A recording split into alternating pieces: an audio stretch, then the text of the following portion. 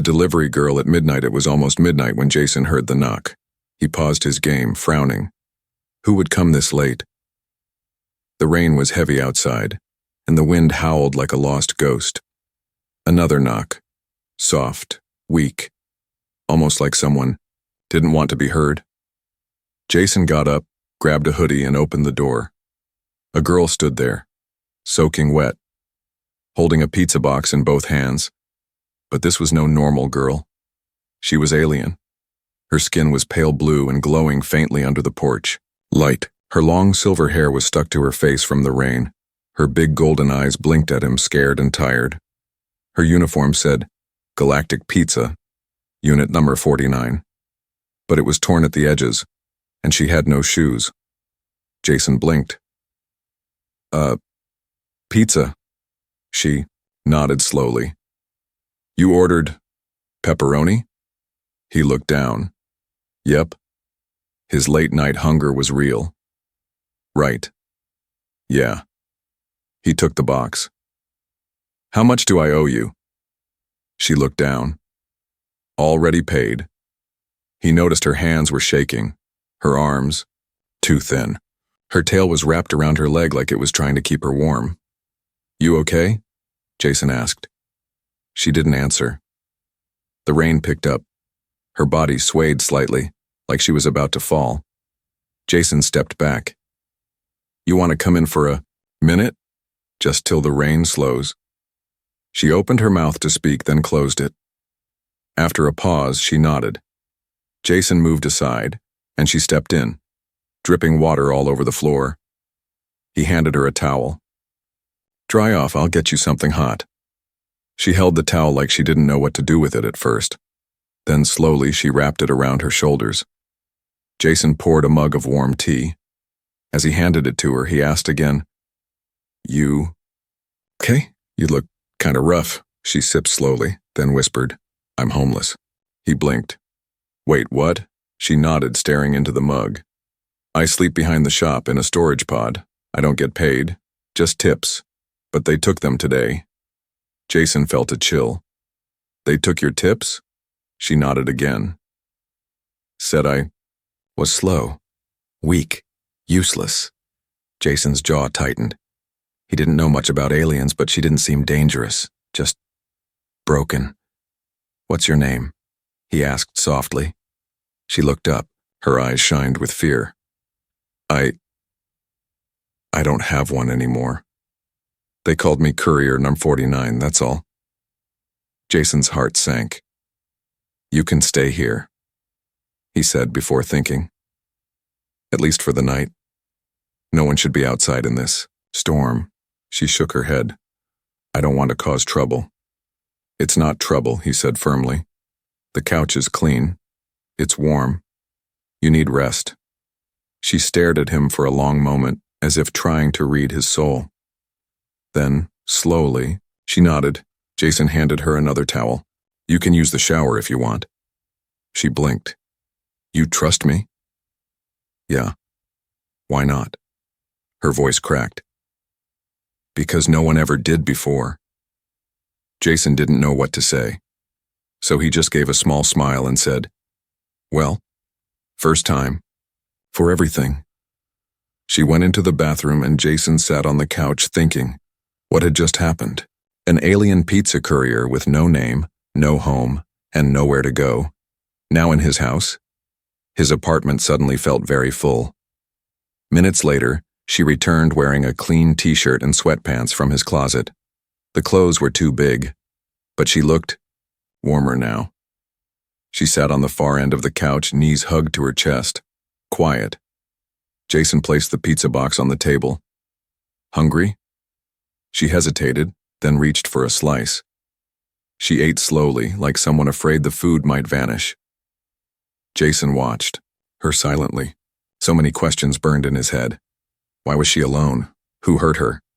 How many like her were out there? But he didn't ask. Not yet.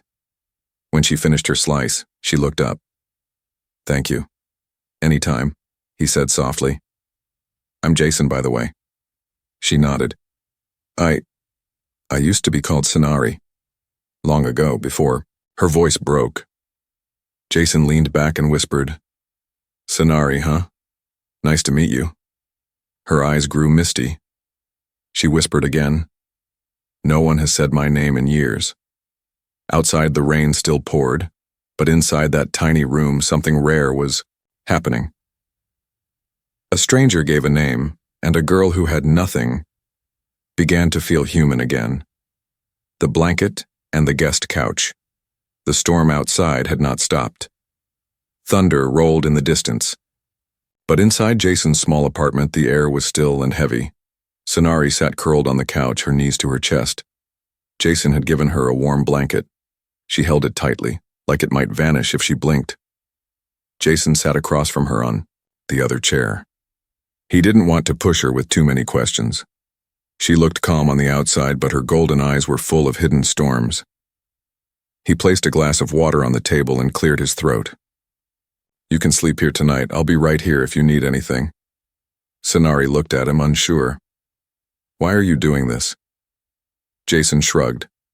"You looked like you needed help." She blinked. "I did, but most humans don't stop when they see someone like me." Jason frowned. "Someone like you? Alien. Homeless. Worthless." Jason leaned forward. "You're not worthless.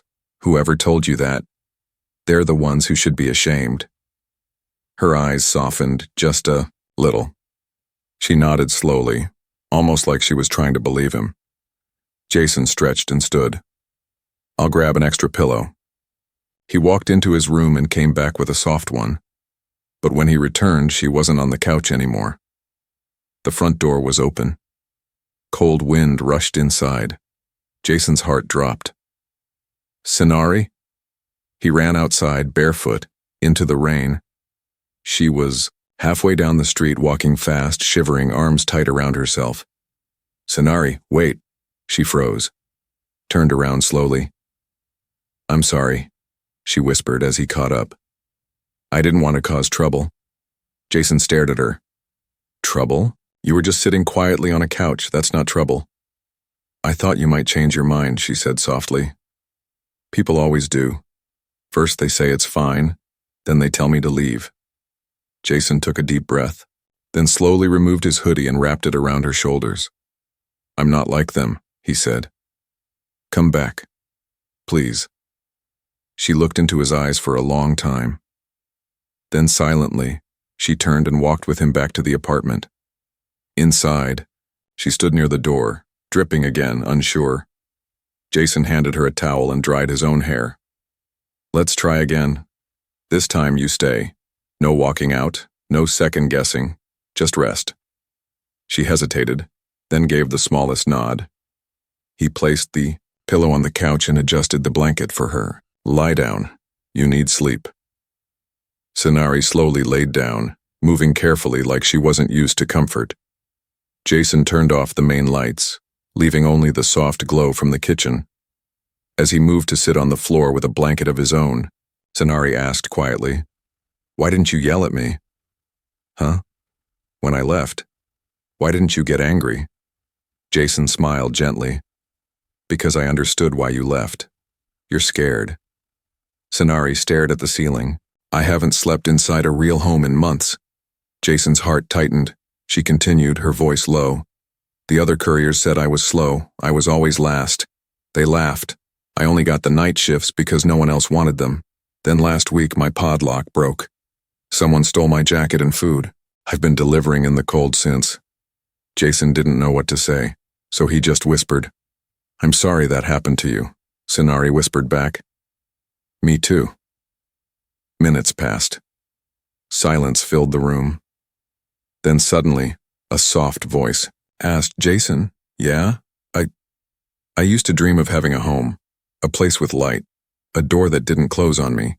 Jason swallowed hard. "You can stay here as long as you want," he said. "No one's kicking you out." Sonari didn't reply, but for the first time, her body relaxed just a little under the blanket. Jason laid back on the floor, staring at the ceiling. He couldn't sleep. Not yet. A strange alien girl with glowing skin was now sleeping on his couch. and for some reason he felt like she belonged there. She fixes everything in his apartment. Jason woke up to silence. The rain had finally stopped. Light peeked through the window blinds. For a moment he forgot there was someone else in the apartment. Then he smelled something strange, metallic, and something like burned wires. He sat up fast. Senari? No answer. He rushed into the living room and stopped. Senari was sitting on the floor in front of his broken drone. Tools were scattered all around her. Jason's tool drawer had been carefully opened. Wires ran like veins across the floor, and next to her was his busted heater, open and humming softly. Jason blinked. "What are you doing?" Senari looked up, a little guilty. "I fixed your heater. It wasn't too hard. The thermal coil was rusted. I also repaired your drone. Its motor was clogged with dust and your faucet was leaking. I patched that too." Jason looked around. His place felt cleaner, warmer. Things that hadn't worked in months were glowing or whirring gently now. "You did all this?" he asked. She nodded slowly. "I couldn't sleep. I wanted to repay you. It was the least I could do." Jason knelt beside her. "Senari, you didn't have to do anything. You're a guest." Her hands trembled slightly. "I'm not used to being a guest." Jason gave a soft smile. "Well, you are now. Take a break." But she shook her head. "No, I need to be useful. If I'm useful, I won't be thrown out." Jason's heart sank. She wasn't fixing things to help. She was fixing things to survive. He sighed and stood. "Come on. You fix the heater. Let me make breakfast." In the kitchen, Jason handed her a slice of warm toast. She stared at it for a moment before taking a slow bite. "You said you didn't have a name anymore," he said carefully. "But yesterday you said Senari." She nodded. "That was my name a long time ago before I was taken." Jason's grip tightened on the kettle handle. "Taken?" She looked down. "I was sent here under a fake contract. They said I'd be trained for tech work, but instead I was sold to a courier company. No pay, no voice, just work." Jason sat across from her, stunned. "I ran away last week," she whispered. "No one's supposed to leave. They chip most of us. But I broke mine, fried the tracker with a power burst. That's why my hands still spark sometimes." Jason noticed the faint blue lines on her wrist, like old burns. "Does anyone know you're here?" he asked. Senari shook her head. "Not yet." Jason leaned back, thinking. This girl was more than just a runaway. She was smart, too smart to be a pizza courier. She fixed tech like it was second nature, and she was brave. Braver than most people he knew. "You're not going back there," he said firmly. She looked up, confused. "But no. I won't let them take you." A small, shaky breath escaped her lips, like she didn't believe him yet, but wanted. So later that day, Jason returned from a quick grocery run. The moment he walked in, his jaw dropped. His apartment looked better. His shelves had been dusted. The wires behind his TV were neatly tied. The broken light in the hallway now glowed brightly, and on the table was a folded note. He picked it up. "I cleaned more. You gave me space, so I wanted to give something back. Thank you, Jason." Senari, he smiled, but then something else caught his eye. A strange, dark vehicle hovered briefly outside his window. Sleek, black, silent. Jason stepped closer and peered through the blinds. The vehicle vanished around the corner. His gut tightened. Whoever owned that transport wasn't from this neighborhood, and just maybe they were looking for someone. Someone's looking for her. Jason couldn't shake the feeling. The dark hover vehicle he saw earlier. It wasn't from around here. It had no lights, no license code, and no sound. Just a silent shadow passing by. Something about it felt wrong. That evening, Senari sat near the window, fixing a small old radio she found in his storage box. Her fingers moved quickly, her eyes focused. Jason walked over. "Did you see a black vehicle pass by today?" She froze. He saw it instantly. Her fingers stopped. Her eyes widened, but only for a second. What did it look like? She asked quietly. Sharp edges. Matte black. No markings. Sonari stood slowly, her tail curling behind her, stiff with fear. That was a search unit, from the syndicate. Jason frowned. Syndicate? The company that owned me. Jason's heart sank. They're here? She nodded. They must have tracked my energy trail. I used too much power when I broke my chip. Jason moved closer. Do they know where you are? Sonari looked down. Not yet. But they will. They always find runaways. Always. Jason clenched his fists. You're not going anywhere. You don't understand, she said. If they catch me, they'll erase my memory. Start over. I'll become Courier NAR 50. Or worse. Jason's voice was firm. Not while you're in my house. But in her eyes, Jason saw something else. Something deeper than fear. Resignation. She had run before, hidden before. But she never believed she'd be safe. That night, Jason couldn't sleep. He sat by the window watching the street, a baseball bat resting beside him. Around 2 a.m., a small drone zipped past the window, black and silent. Jason ducked. It hovered near the trash bin, then beeped once and left. Sonari stood behind him. They're scanning. We need help, Jason whispered. You can't run forever. Maybe we can report this, get protection. Sonari shook her head. The syndicate has fake licenses. They bribe local stations. No one listens to aliens like me. Jason rubbed his forehead. There has to be something we can do. She paused, then slowly said, There is one place. Jason looked at her. Where? She hesitated. There's an old tech underground, human and alien engineers, people who help escapees vanish, but it's far and dangerous.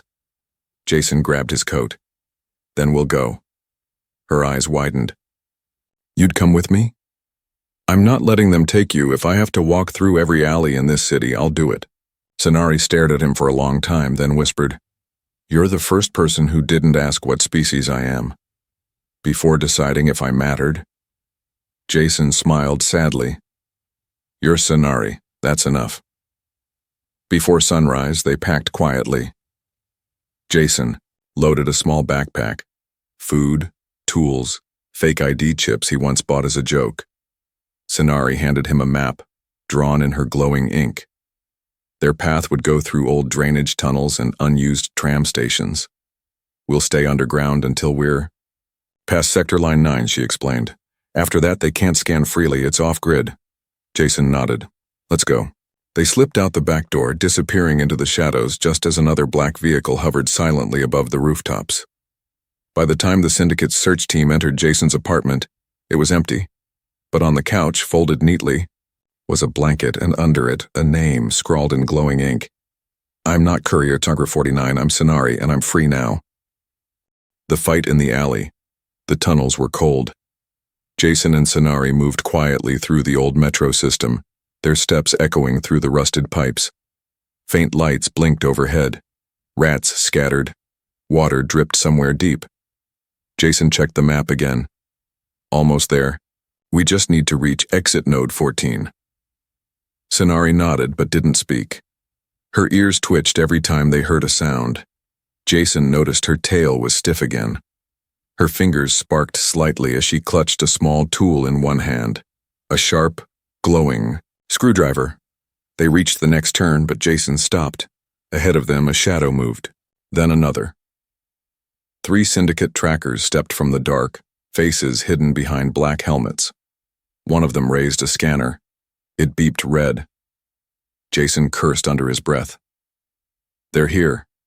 Sonari froze behind him. One of the men spoke. Courier, 49, you are syndicate property. Return immediately or be disabled. Jason stepped in front of her. She's not going anywhere with you. The man tilted his helmet. Human, this is not your matter. Jason tightened his grip on the metal pipe in his hand. It is now. Without warning, one of the trackers lunged forward. Jason swung. Hard. The pipe hit metal armor, but it still knocked the man off balance.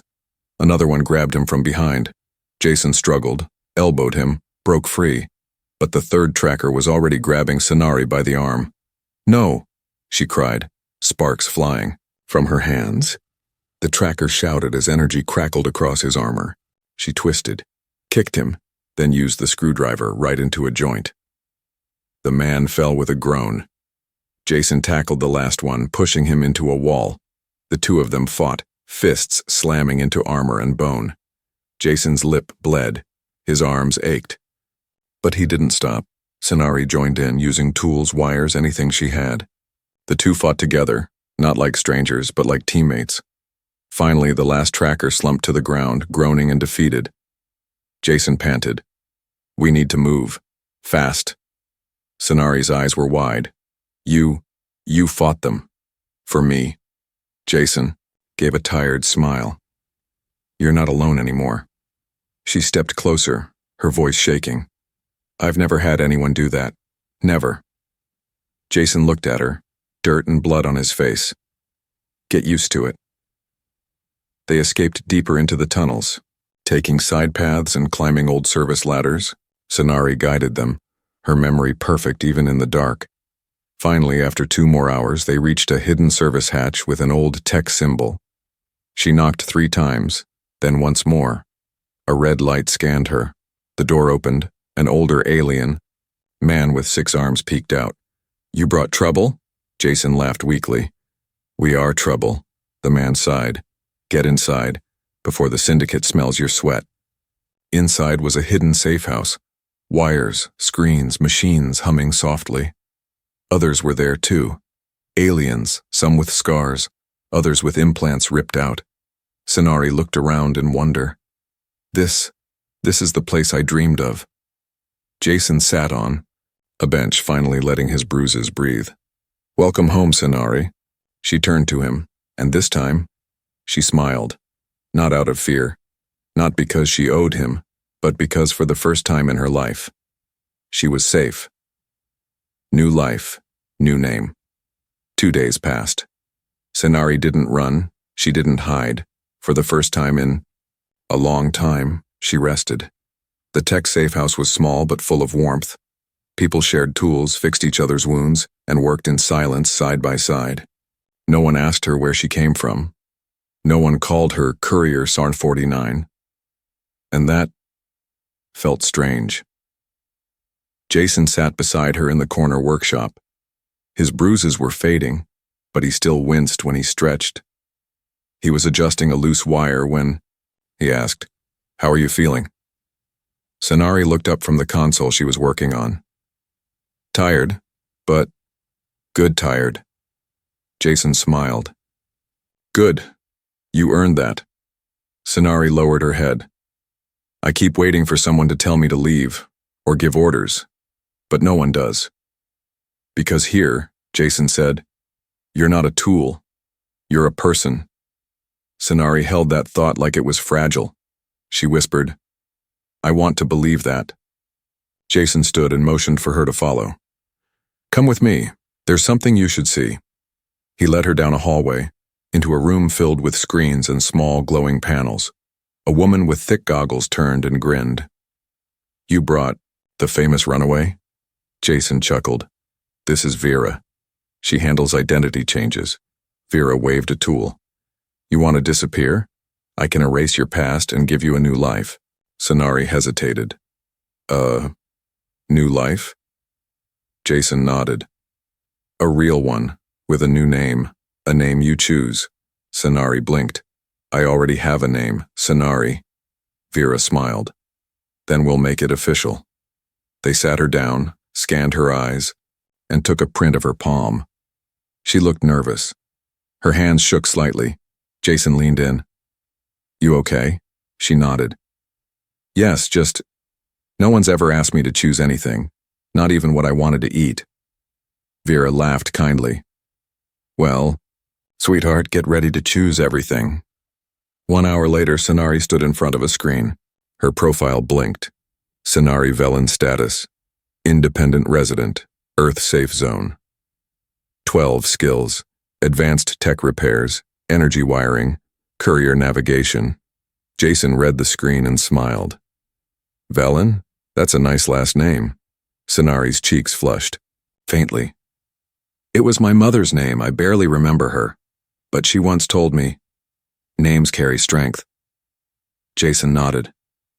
Then this one suits you. That evening, the group gathered around a small fire in the back hall. Someone cooked soup. Someone else played soft music through a half-broken speaker. Jason and Sonari sat on a bench sharing a bowl of noodles. You know, Jason said, I've lived alone for years. Worked, played games, ordered pizza, but it always felt quiet. Sonari smiled gently. And now? Now, it feels full. She looked up at him, her eyes reflecting the orange firelight. Do you regret letting me in that night? Jason shook his head. No. That was the best choice I've ever made. She looked down. I almost ran away again that night, but something in your voice made me stop. Jason looked at her. Voice, soft. You don't have to run anymore. Sonari reached over and touched his hand. Lightly, gently. I know. And in that small, hidden space beneath the city, a bond formed stronger than wires or tech. A bond between a human and an alien girl, who was no longer a number, no longer a tool, and no longer alone. Can I stay for good? It had been 1 week since Sonari received her new name. 1 week since she stopped waking up in fear. 1 week since she had her first real laugh. Jason had never seen her this peaceful. Each morning, she helped repair old tech at the safe house. At night, she read old human books, her glowing fingers tracing each word like it was magic. The other refugees respected her. Vera even said she could join the tech team permanently. But that night, Sonari was missing from the usual dinner fire. Jason found her outside, standing near a narrow pipe bridge overlooking the tunnel river. Her silver hair swayed in the breeze, soft glowing lights in her eyes as she stared into the water. He stepped up quietly. You okay? She didn't turn. Do you remember the first night we met? Jason chuckled. Yeah. You were soaked, holding a pizza box like it was a shield. Sonari smiled softly. You looked confused, but kind. Jason grinned. I was just surprised. I never expected my pizza to come with a glowing alien girl. Sonari turned now, slowly. In her hands was a pizza box, new, sealed, warm. Jason blinked. You bought pizza? She nodded. Same flavor, pepperoni. He laughed. What's the occasion? She stepped closer, holding out the box. He opened it. But inside there was no pizza. Just a note, written in bright blue, glowing ink. Can I stay with you, not just tonight, but always? Sonari Velen Jason's mouth opened, then closed. He looked up at her. Her voice trembled. I know you probably don't want a forever guest. I feel safe with you. And not just safe, I feel alive. Jason placed the box aside and gently took her hand. Sonari, he said, you were never just a guest. The moment you knocked, this place became your home. She stared at him, her golden eyes softening with relief. Jason added with a playful smile, though you still owe me a real pizza. Sonari laughed. A full, warm laugh that echoed through the tunnel like music. Weeks passed. Sonari and Jason moved out of the safe house once the syndicate stopped searching. Vera forged new identities and helped them settle in a quiet human district. Near the city edge, they shared a small apartment. Jason worked part-time. Sonari opened her own small repair booth. Sonari's fixes, tech from every star. People came from far and wide, not just for her skills, but because her shop glowed with kindness. Sometimes a human child would ask, Miss Sonari, are you really an alien? She'd smile and reply, yes. But I found something even rarer than a homeworld. "What's that?" they'd ask. And she'd point to Jason across the street. A human who cared. The end.